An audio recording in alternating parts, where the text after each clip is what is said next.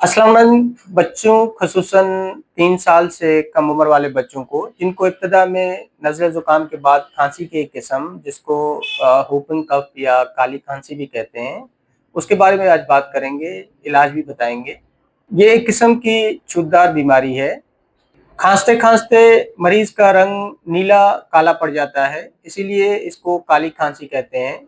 दौरान खांसी सांस अंदर की तरफ खींचते हुए हूक की आवाज आती है, इसीलिए इसको हूपिंग कफ भी कहते हैं।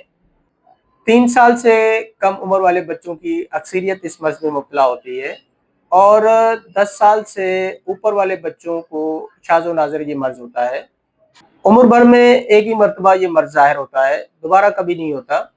इब्तिदा में मामूली खांसी होती है, बाद में दौरे शुरू हो जाते हैं। मरीज की सेहत पर बुरा असर पड़ता है, रोज बरोज लागर हो जाता है, खाई हुई खुराक तय कर देता है, खांसते हुए जोर लगाना पड़ता है जिसकी वजह से आंखें सुर्ख हो जाती हैं।